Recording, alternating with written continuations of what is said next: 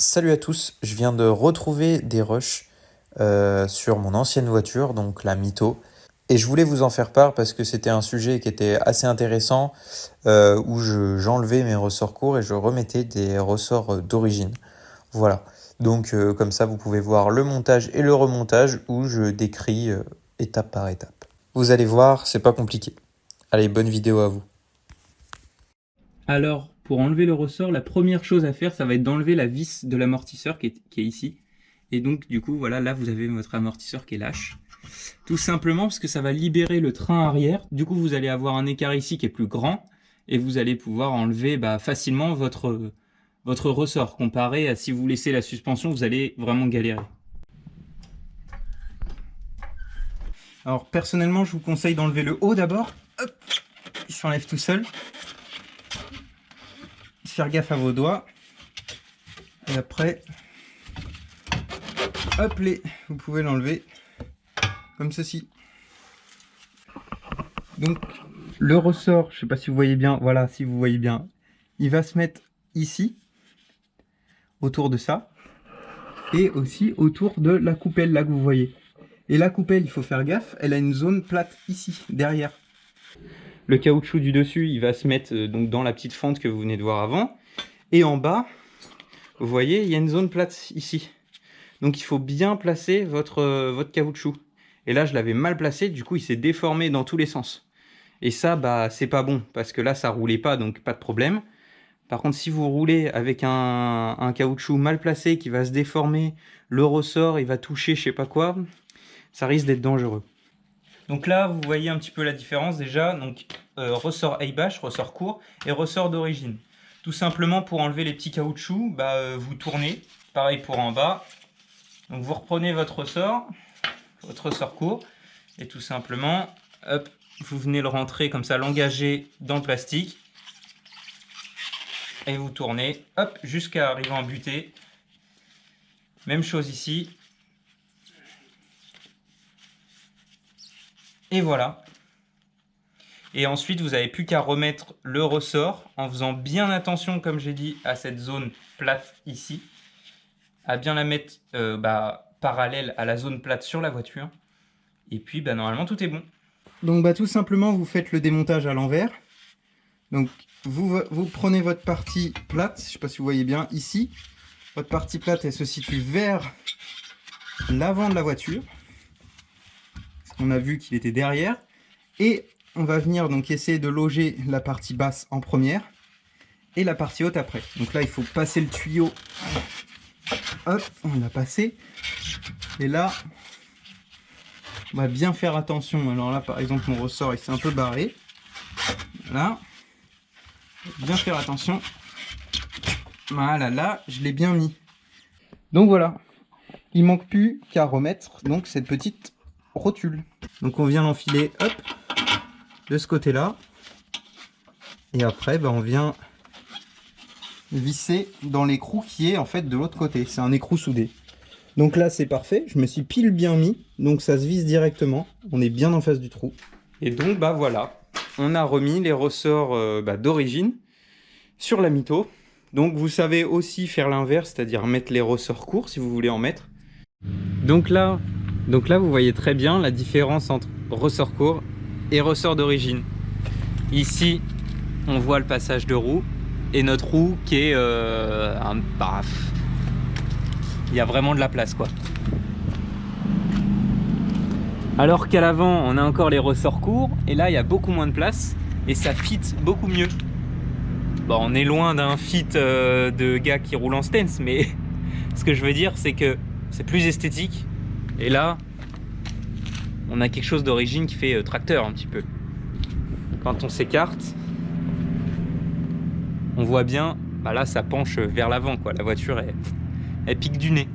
Bon, alors on va s'occuper de démonter tout de suite les amortisseurs à l'avant. Pour commencer, avant de la mettre sur chandelle, on va faire ça maintenant, avant qu'elle soit trop haute, ça sera plus compliqué.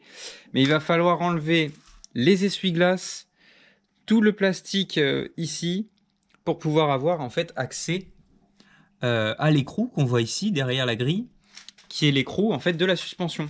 C'est un petit peu mal foutu, mais voilà, il faut tout démonter. Donc on va commencer par enlever ce joint qui est déjà à moitié enlevé. Hop. Et puis ensuite, ce qu'il va falloir faire, c'est enlever ces deux boulons ici et ici pour l'autre essuie-glace. Alors logiquement, si je me trompe pas, on est sur du 13. Exact. Donc on vient desserrer. Hop. On desserre. Pareil pour l'autre. Donc vous jouez un peu comme ça avec. Hop. Et voilà. Et voilà. Donc là, va falloir venir enlever cette vis-là. Peut-être d'autres vis quelque part. Et aussi ces petits caoutchoucs là. Voilà, vous les enlevez. Ah bah voilà. Vous voyez une vis ici, une vis là-bas et une vis en symétrie comme celle-ci de l'autre côté. Et donc, une fois que vous avez enlevé ces trois vis là, tout simplement, faut venir déclipser. Vous pouvez commencer aux extrémités par exemple ici. Voilà, hop. En fait, c'est clipser tout du long de la baie de pare-brise. Donc, hop. Vous venez d'éclipser, voilà. Donc là, on retrouve notre petit moteur d'essuie-glace, celui qu'on avait changé. Et on a maintenant accès, du coup, aux tourelles d'amortisseur.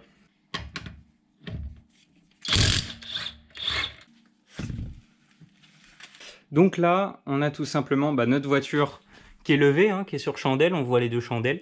Donc les ressorts courts, on les reconnaît avec la couleur rouge ici. Il va falloir enlever tout le combiné. On va devoir enlever ces écrouvisses ici et ici là. Il faut aussi enlever la biellette ici, parce qu'elle est fixée sur notre suspension. Et puis du coup la vis en haut qu'on avait enlevée, vous savez, en passant par le capot. On vient mettre notre clé.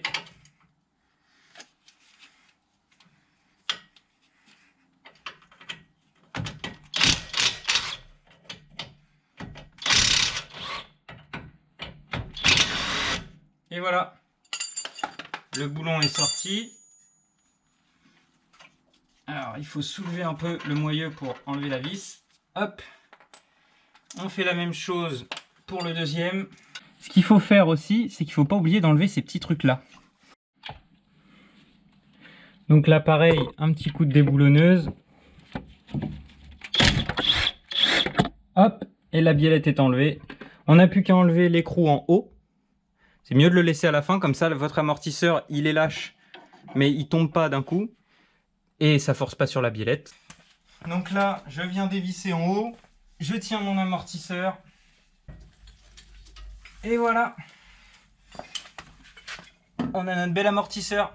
Trouver l'outil pour pouvoir comprimer le ressort directement chez moi. Alors l'outil ressemble à ça, tout simplement. Donc on l'a en x2. Alors c'est pas le meilleur outil pour comprimer des ressorts, franchement, mais je crois que c'est limite le moins cher.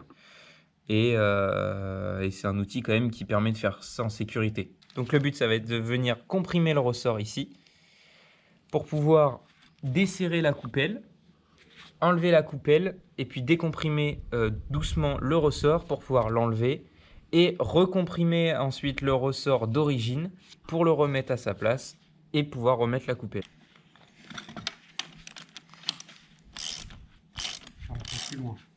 Donc là en fait on peut voir que c'est lâche, ça force plus dessus.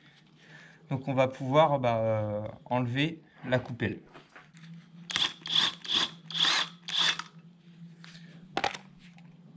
Donc voilà notre écrou là.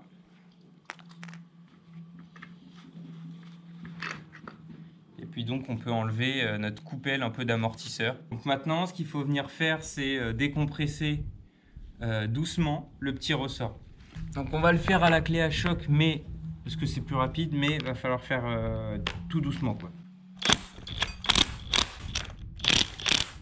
Donc là, on peut venir enlever tout et le souffler. On vient le remettre. Ici le diamètre est plus large et en haut en fait le diamètre est un peu plus resserré. Donc il y a un sens.